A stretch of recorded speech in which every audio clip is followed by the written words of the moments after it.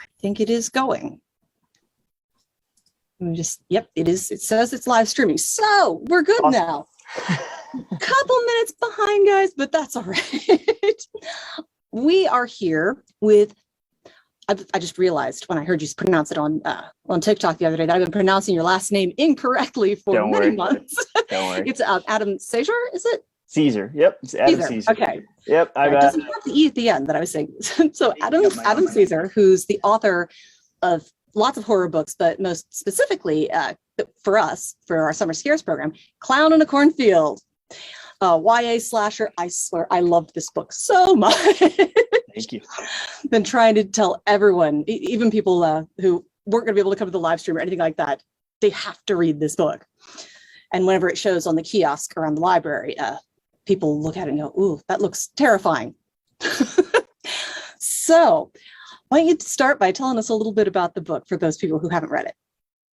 Well, I think that's great. Thank you for pushing the book on your patrons. And I think there's like a 50-50, like half people, like they look at the cover and they're either terrified or they're like Clown in the Cornfield. It's such a let's say straightforward title that it almost sounds like parody. It almost sounds like it's a joke. It almost sounds like it's a scary movie type thing. And I do have to like dissuade some people of like, no, it's not a joke. It is it has a very knowing title, but it is a straightforward dramatic book with some comedy elements, because I'm too much of a wise ass to like not put that in my work. But yeah, it's about a young woman who is entering her senior year of high school and has suffered tragedy. And she lives in Philadelphia with her father, and they're moving across the country because their family and her dad really needs a change. He gets an offer to kind of be the small town doctor in this town in Missouri named Kettle Springs, and we have all that kind of coming of age drama and tragedy that you would normally have in a YA book. But because this is a horror book, she's kind of walked straight into a whodunit slasher. So while she's the new kid in town, she has to kind of catch up on the fly, because she enters this town right as slasher killings start happening, and kind of try to figure out who the major players are and why people are being killed, and why the killer is wearing a Friendo the Clown mask, why he is dressed as this town's basically mascot. He is this Friendo is not people think of clown and they think supernatural, or they think of like or they think the Joker, they think of like a person in actual like clown makeup, grease paint. And I have to be like, well, my book is really more like Scream, or I Know What You Did Last Summer, or any number of slashers, whether we're talking the 90s era, whether we're talking the 80s era, or the 70s era. A mass slasher, she has more in common with those kinds of characters than anything like Pennywise or anything like that. So it's just it's this idea that this town comes pre-built with like an icon. It comes pre-built with, there's the main economic force in town is is Baypen, which is this corn syrup factory where all the farmers in town, all the corn subsidies kind of go to prop up Baypen and make corn syrup. And they've gone out of business, but their mascot was this clown. So it's this perfect symbol for the town that's not doing so well, and town kind of getting its revenge as this clown, if that makes any sense. Yeah, I appreciated the perspective. I mean, you're from Pennsylvania, correct? I'm from New York. I'm an East Coaster. I am the kind of our character's name is Quinn Maybrook. I am the Quinn Maybrook character. I am not from the Midwest, but I have I've grown up with a family that's kind of thrown throughout the country. So I have family in the Midwest, and I'm very familiar with the Midwest, and always enjoy going to the Midwest. So it's kind of, I wanted to write a book that was about both, and that was about that kind of culture shock that I experience when I go visit my family.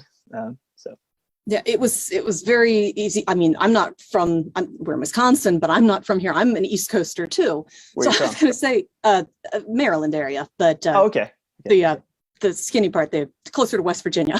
Okay. So I'm familiar, not so much with the small towns out here in the Midwest, more with small towns in Appalachia, but there's a lot of similarity between small towns. So it really rang true for me too, just as someone, an outsider who came in and trying to like code switch between how things would have been back home to now this new sort of, the Midwest kind of, it's just a whole different social network, social skills required. So there's that. Then on top of the added layer of trying to figure out an entirely alien situation with the murders happening. Yeah. In a way, I found myself contrasting a bit. Are you familiar with was it Stephen Graham Jones's "My Heart Is a Chainsaw"? Yes, I did. I actually got to read that early. I read it when it was called Lake Access Only. So I read a really early version of that's not the. There's like he changed it completely. So I'm familiar with the first version, and every time it comes up in conversation, I'm like, I really should reread that because people mention things that I'm like, that wasn't in the version I read. I like the fact that so in your book, the main character is not as familiar. I mean, she has to jump in sort of like feet first, deep end. Yeah. Whereas the main character in My Heart's a Chainsaw, again, high school student, small town, but she's overly familiar and looking for the dangers as they're starting. Like her in My Heart Is a Chainsaw, the like Jade, the main character, her familiarity with horror movies is almost a detriment because it almost becomes like a situation where it's like, is she really seeing a pattern, or is she like inventing pattern? Is she placing a pattern on something? I love that about that book. This is almost the opposite. This is very much like my characters are not it's not self-referential. It doesn't know like these characters don't know slasher movies. They're in one. They kind of don't they don't understand that. But I kind of want to do I love the thing that Dr. Jones does is like that, playing with your awareness of tropes and playing with your awareness of the genre and understanding that the slasher is it's predominantly a cinematic genre, but it's such a rich and story genre with such codified archetypes and such codified structural components that almost you have such an easy shorthand with a reader who is familiar with slashers that you can play with that a little bit. And the slasher, I've always contended and I've always said slasher's a little bit of like the American Canadian kabuki, which sounds almost highfalutin, but kabuki is such a codified thing, and that it's like if you go and see a kabuki opera in Japan, like you're expecting to see certain things exactly certain ways, but the art comes in like the tiny gradations of where you change things, but you don't change it too much or it won't be the thing. So like the slasher is that you have a set of rules to play within that are not, which I find interesting, are not the rules that Wes Craven and Kevin Williamson kind of present in Scream. The Scream rules that like Randy and all the characters kind of say back to each other when they're talking about slashers kind of don't 100% map to what I think of when I think of a slasher, which I think is interesting. But it's that playing with awareness and playing with a genre that's been done over and over and over again. But I think slasher fans don't find that as a detriment. They find that as that's a feature, not a bug to me. When I'm watching a slasher, when I'm watching something like made in the 80s that was kind of completely free from like,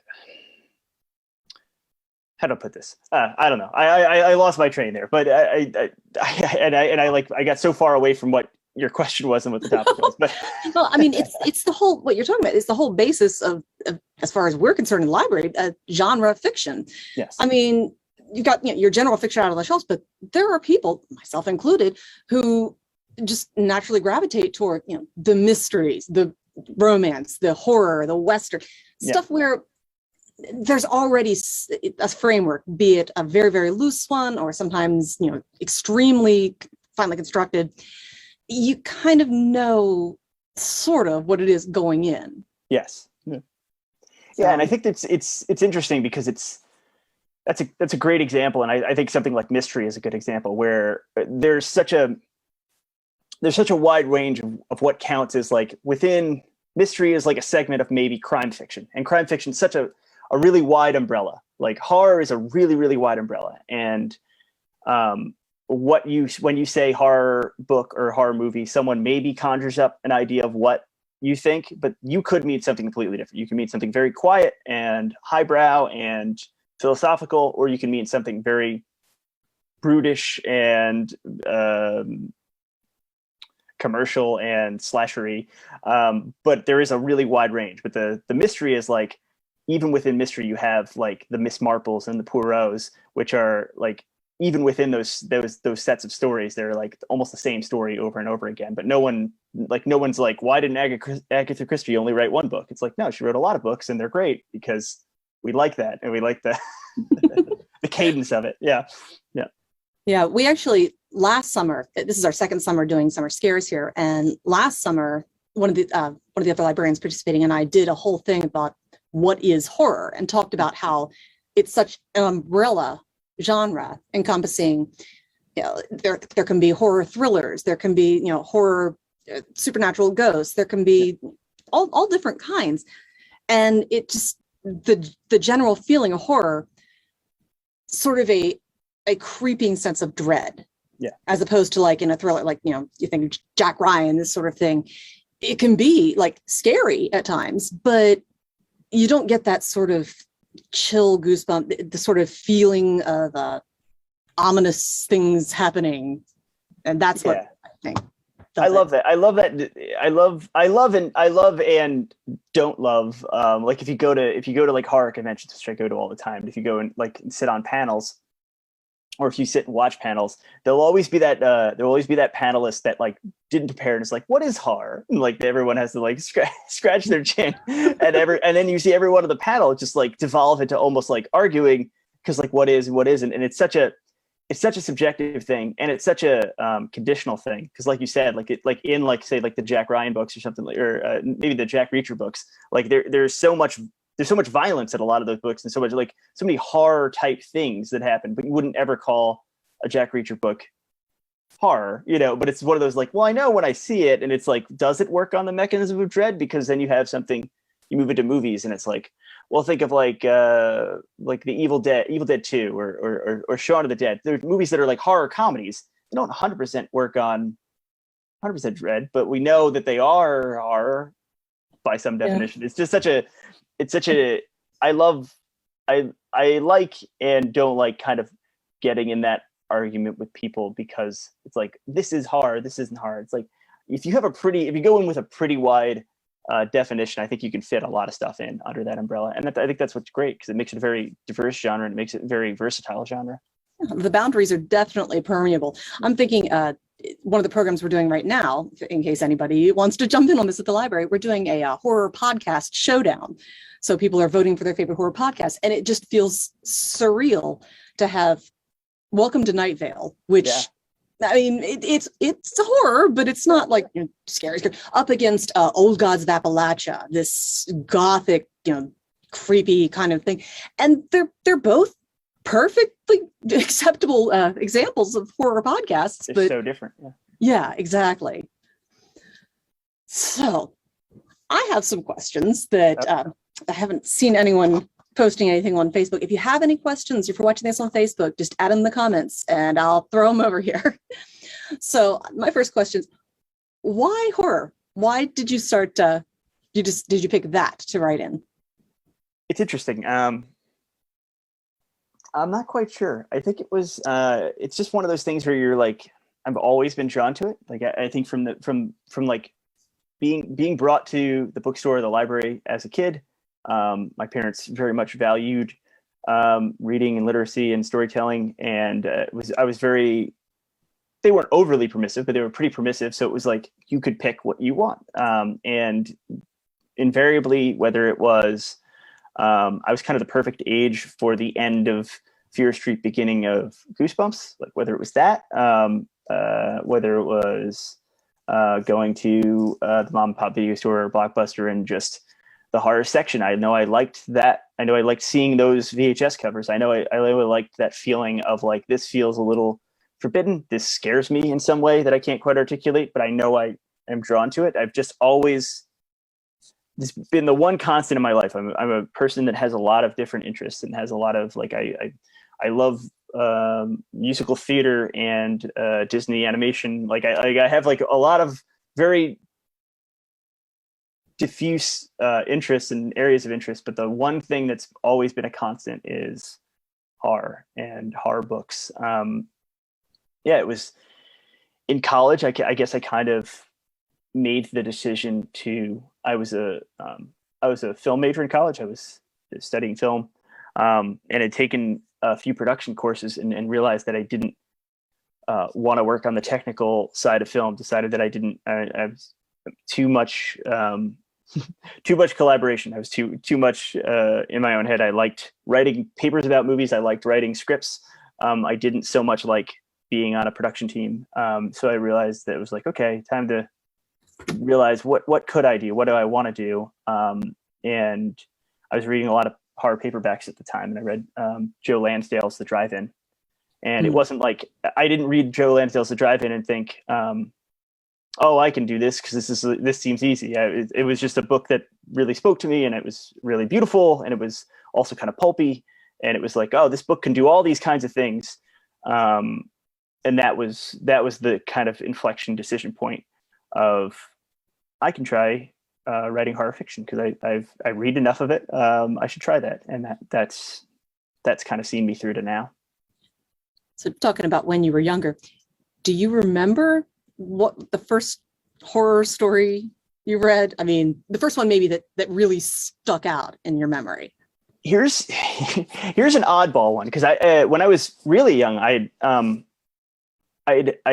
couldn't read like I was an early reader and a pretty good reader, but like for prose and stuff like that, I needed my dad to read to me, so I'd had him read me short story collections and Edgar Allan Poe and poems and stuff like that. And I loved comics. We'd go every week to the comic book store, and so incredibly age inappropriate. But I remember sitting with my father and him reading me.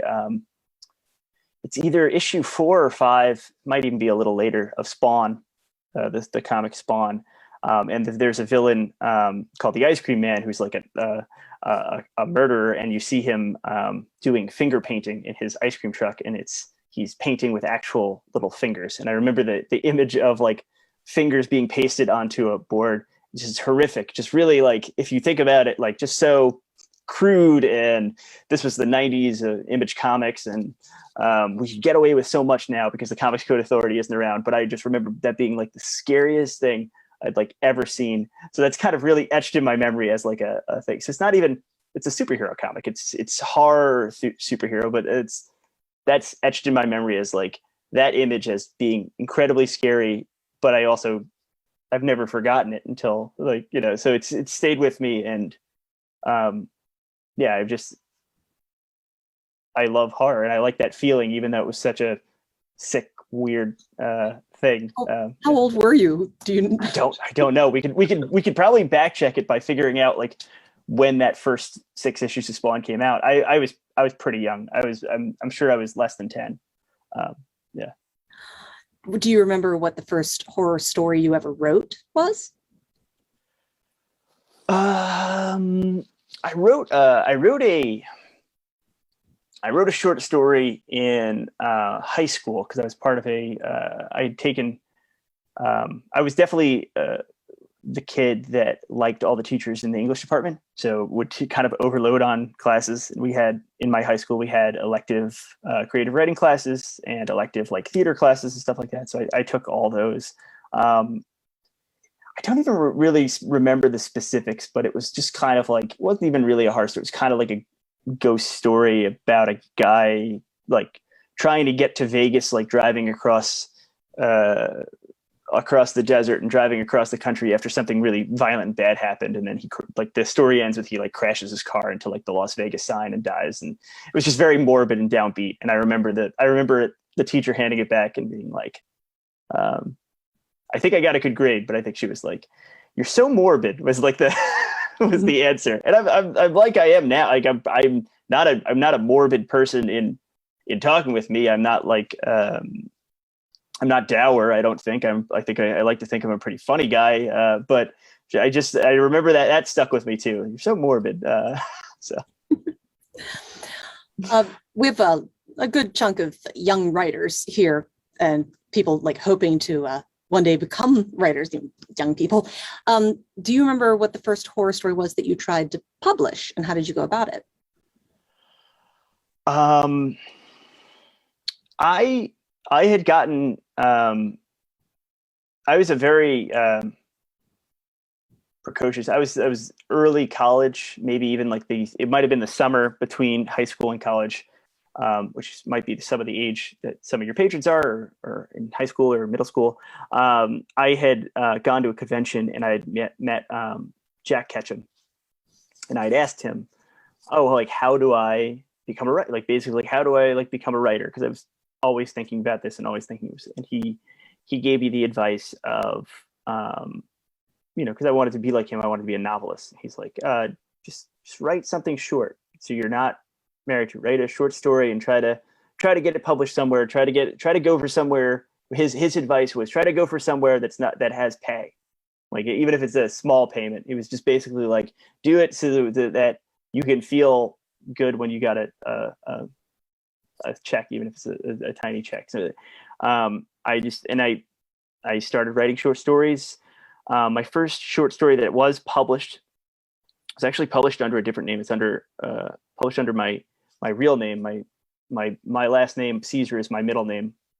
So published under a different name because this was before I was even thinking at all professionally, and realized that when I was teaching at the same time, that having my writing name be my real name, having parents come to parent-teacher night and asking me horror writer questions about things was not going to go over well. So, but I published that. It was a story called, it's actually still in print. It's in one of my collections, Roland and Genie, which is about a Southern Gothic story about a brother and a sister and how they're kind of telepathically linked. It's really kind of bummer story. But it didn't sell to the first place I went to, and it didn't sell to the 10th place I went to, but I kept rewriting it and sending it out. And eventually a little small press magazine named Shroud Magazine published it. And it was really a monumental feeling to get something in print that you'd written. So I think if you have any writers out there and anyone who's trying to write short stories and trying to send them out, my advice would be look into where you're sending your work. Don't just give your work away, and don't just send it somewhere, and don't sign a contract just because they say they'll publish you. Like, think about that. Ask other writers, is this good? Is this okay? And the other thing is, don't get discouraged. Like, you're going to get rejections. You're going to get signing up to be a writer and then getting those first rejections is very sobering, but it's also very, it prepares you for the next lifetime if you're going to do it, if you're going to do it professionally, because I've been writing semi-professionally. I haven't been writing full-time for 10 years, but I've been writing and getting paid for over 10 years, and it's still get kind of rejection, big and small, every couple days. So there's a certain thicker skin you have to grow, a certain callous to rejection, but you also can't take it super personally. And you have to realize that it's an opportunity for you to learn. It's an opportunity for not only for you to learn about your own work, but the markets and the places that you're trying to sell stories to. And don't get upset. It's okay to feel upset, and it's okay to feel rejection, but I wouldn't get upset at the people who are rejecting you, if that makes sense. Mm-hmm. They've got limited spots to fill. It's a very small world. Don't burn bridges. Don't send emails back to editors being like, well, why not? And your magazine sucks anyway. Like, don't do that. Just kind of take it in stride and understand that everything's a learning opportunity is what I would say. Are there any subjects that you just will not touch in your writing? Like, I know that Jonathan Sims, when he talks about his writing, he did the Magnus Archives, he says he will never, ever harm an animal in one of his stories, ever. I wouldn't say there's subjects that I wouldn't touch. I am, Clown of the Cornfield is a young adult book. Clown of the Cornfield 2, I have coming out in August. I'm very, very proud of it. They both have tougher issues that they talk about, even though they're fun books, and they still have kind of a real darkness to them. The book after that, which has been announced, I can't say what it is another YA book, but these are I still kind of classify as fun. The next one I wouldn't classify as fun. It's a very dark book. It's a YA book, but it's just about some serious things. So I think there's nothing I wouldn't write about, but there's levels of detail and levels of explicitness that I think I have no interest in. I think everyone should be allowed to write whatever they want. And I think speaking of like Jack Ketchum and things and writers of that nature, extreme horror writers, I think it's a genre I can enjoy sometimes. I just don't. To me, I don't feel the need to have that be the way I write. So I think there's. Yeah, I think I've dealt with pretty much in my books every bad thing you can think about, every ill in the world. But whether or not I write about it that directly, because I'm speaking of like harming animals. Like, I'm an animal lover. We are currently dog sitting a little Shih Tzu dog. He's adorable. But I have written bad things have happened to animals in my books. It's just it is the way it is. It doesn't mean that I don't love animals any less. Yeah. I mean, he just that was his personal quirk. So I didn't know. Yeah. Some people, maybe they don't want to like write eating. I don't know. Yeah. No, I understand. No, and I completely understand. Like I said, it's less about subject matter and more about like whether or not I feel comfortable writing about it for any length of time. What scares you? Your book scared so many me. things. What scares you? So many things.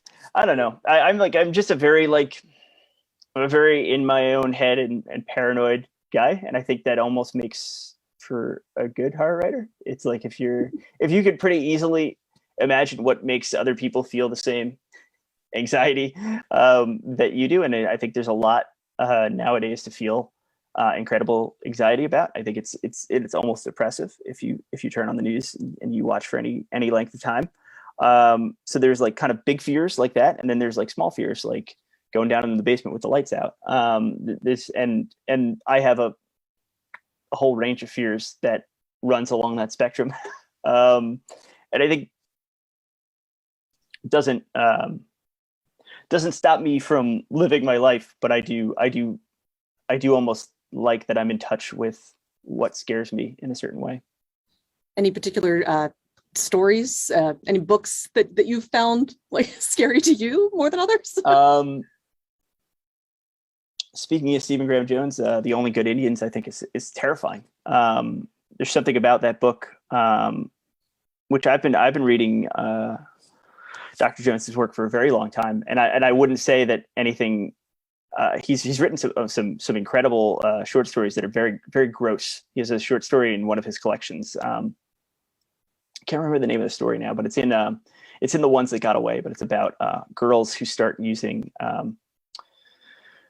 flea and tick medication for dogs for weight loss, and then it has this really terrible twist ending where they basically start growing ticks like on them, and it's horrible. It's just such a gross story, but like that doesn't scare me, but something about The Only Good Indians really scared me.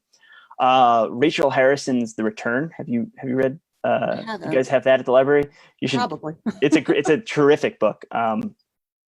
but that's a story that's about even just the premise scares me. It's a story about a young woman who disappears for, I think it's like 2 years. She disappears for a set period of time and then just comes back. Like, so, and then she comes back kind of different, and her friend group has to kind of is trying to figure out like what's up with her. Like, just something like the unknowableness of other people around you, and the unknowableness of your friends and the people in your life is like something very primal about that, and something very scary about that. So yeah, so I'm a good audience member for horror books, because I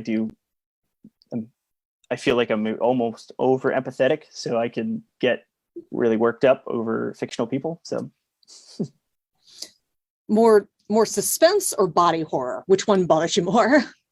Oh, they both do. I love like writing body horror. That's a weird thing. Like I'm a huge Cronenberg fan. I actually, you can't see it, but over my desk there's like a little like effigy. There's a little painting of David Cronenberg.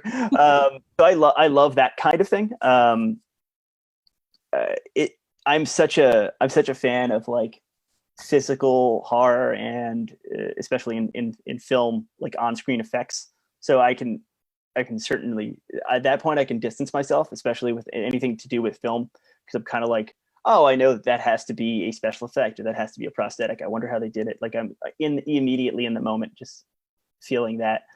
And then suspense is, I don't know. I think it all is tools in the tool belt, and it all has to be kind of employed to make a good horror story for me. I'm thinking, what was it? Was it The Howling? Really old horror movie that Dante. Yeah. Yeah.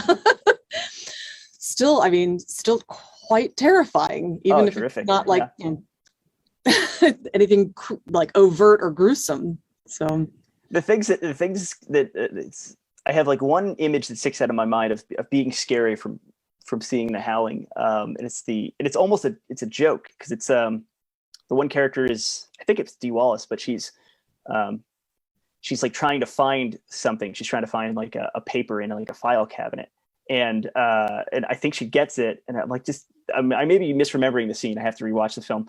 But the one of the werewolves just like takes the piece of paper from her. So it's just something about this big hand just grabbing a little piece of paper and like tweezing it like that. And it's almost like a joke. It's almost, Joe Dante would later direct the Looney Tunes movie, Looney Tunes Back in Action. It's almost like a Looney Tunes visual gag of just like a giant hand just picking up a little piece of paper like that. But it's just something so scary about that, of like, oh, look at the scale of it. It's totally alien and totally different.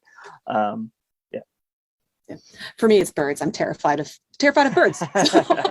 Well, Hitchcock's got you covered there. So it's very simple, but So you were talking about how your parents basically gave you free rein of what to read in that terms.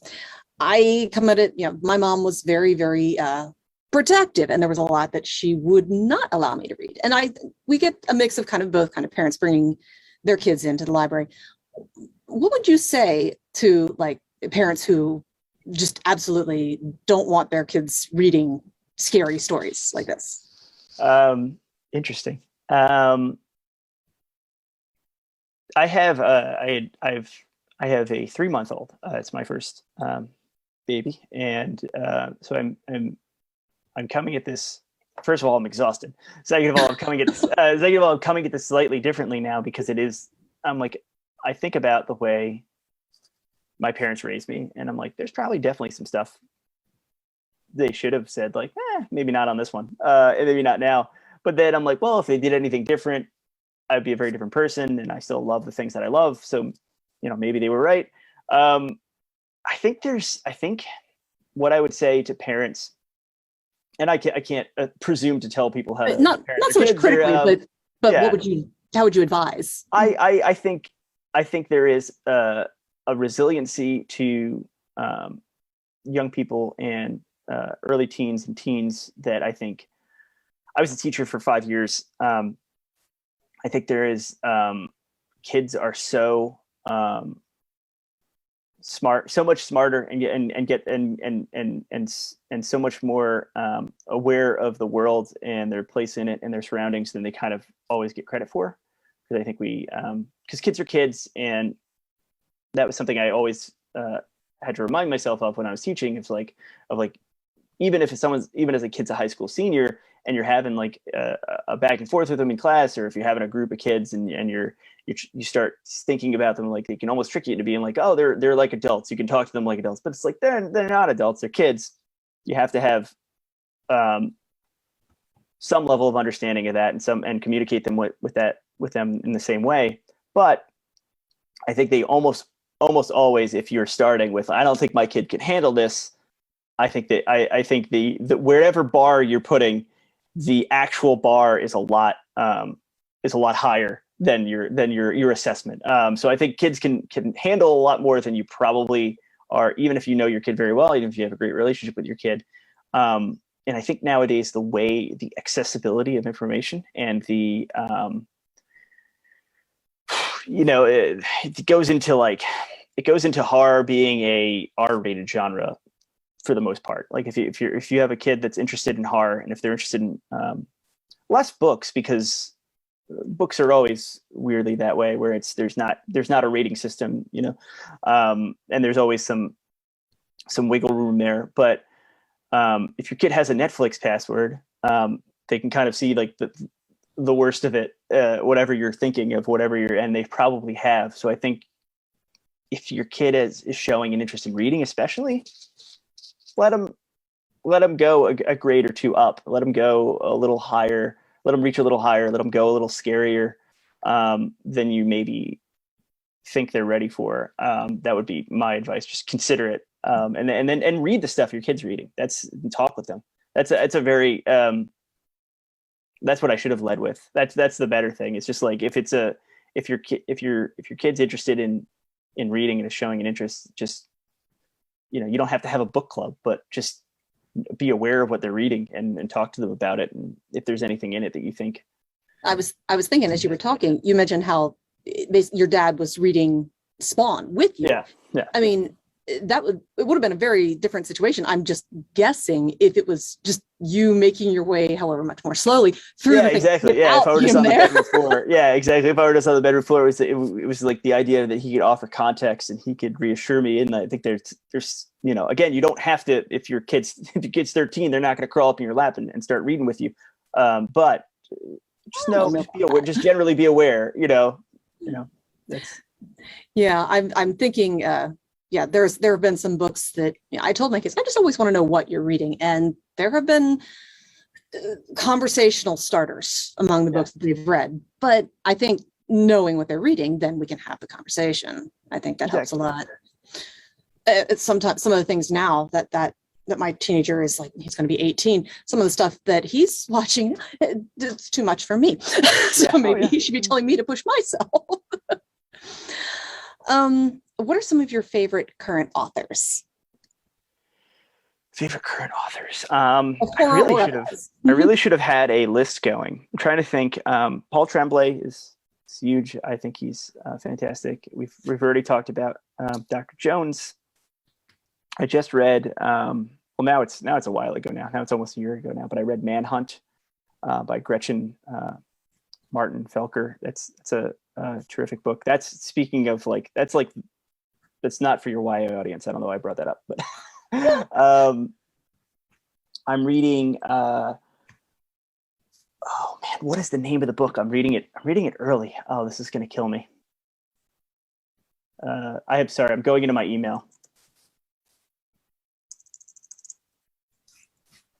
Reading a really good book right now, and I want to plug it. It's called Delicious Monsters. It's by Lascelles Sambury. It's a dual narrative haunted house story. This is a YA book. I think it comes out this year still, or maybe it's the beginning of next year, but it's fantastic. She's awesome. She's someone I haven't read before, but I just this is her third book, but I'm reading this one. I really, really like it. Man, this is all I do. If people look for me online, I've got like a TikTok, I've got Twitter, I've got YouTube. all I do is recommend books all day, but then someone asks me what books I like, and I can't remember anything. Yeah, I always have to pull up my library thing to see, what was Oh the yeah, list? that's what I should have done. Rachel Harrison, who I mentioned, her book The Return. She's got one called Cackle, which is more of a I'd call it a horror comedy, but it's almost like a straight comedy with horror elements. It's got like it's a witch story that doesn't go quite how you expect it to. She's got a werewolf novel coming out, which I haven't been sent an early copy of that, but I'm very into that. One more. Let me go one more.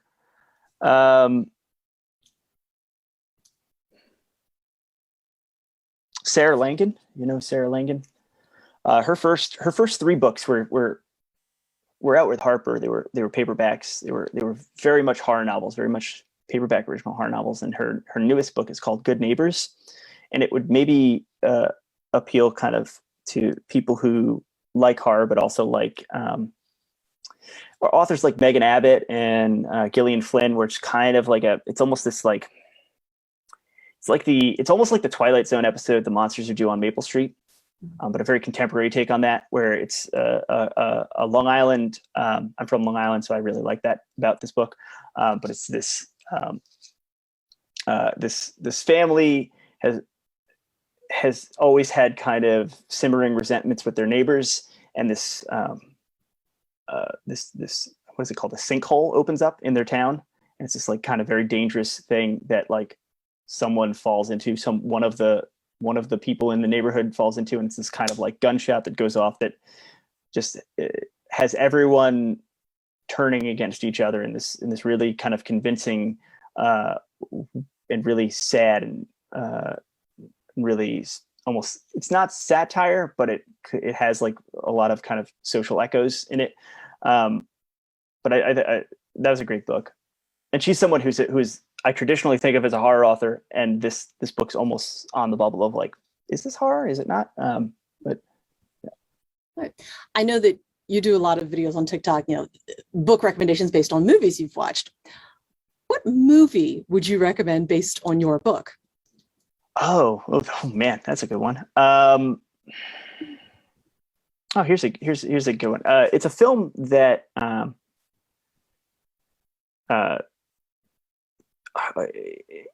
when it first came out was kind of made a little bit of a splash, and no one really talks about it now. I think it's like the later 2010s or the earlier 2010s. All the Boys Love Mandy Lane. It's a non-traditional slasher. It's a movie that I really, really like. And the inciting event that happens, there's like, it opens with a death. Not that I ripped it off for Clan of the Cornfield, but it was very like evocative, and I was very like, oh, like that's such a creepy kind of accident to start a slasher with. So I was like, let's play around with something, not that, but like that, and it's a movie I really like. Okay, I have one important question. Okay, the sequel is coming out. Yes. Can you tell us one thing about the sequel that you haven't made public? And it could be something like, like, we did this with like the Alex Award nominees, just watch out for the mushrooms or something. Okay. Just something. I don't want to make it too cryptic, but I will say I've talked about how it's the sequel, Clan of the Cornfield 2, Friendo Lives. I know you're a library, and I'm sure you're getting it in. I'm sure your patrons are going to want to take it out from you. But if your patrons at all are into buying books or owning books, I am doing a pre-order thing. They're all like, I'll send you signed stuff if you pre-order it. And if you like the first book and you want to check out the second one, go to my website. I have that. What I will say is I've talked about how it's set on Halloween, which was something that was very important to me, and something that I in the first book is almost a little bit like a kitchen sink slasher. It was the idea that I know that this might be my one shot to write a big splashy YA book. Let me try to get everything I want to get in there. But I wasn't able to make it a Halloween set slasher. So the second one, that was like the first thing that popped into my mind when I knew I was doing the second one. But what I haven't revealed in any of like press or anything, is that there's not only is it a Halloween slash, but a good section of the book is set at a haunted attraction, which is another kind of thing I'm very interested in. I love Halloween and I love going to haunted attractions on Halloween. So that's something that I don't think I've talked about, and it's not really a spoiler to say because it's kind of throughout the book, but I don't think I've talked about it anywhere. I love haunted attractions. I love haunted houses. So I am so excited. I can't even tell you. Oh, thank you. Yeah. So I don't see that anyone else has asked any questions. I'm just doing another refresh just in case it's not showing them to me, because I really want. I'm very easy to find on the internet. So if people watch this in the recording and they have questions, they can always at me or find me on Facebook or whatever, and Instagram. I can answer your question there. So.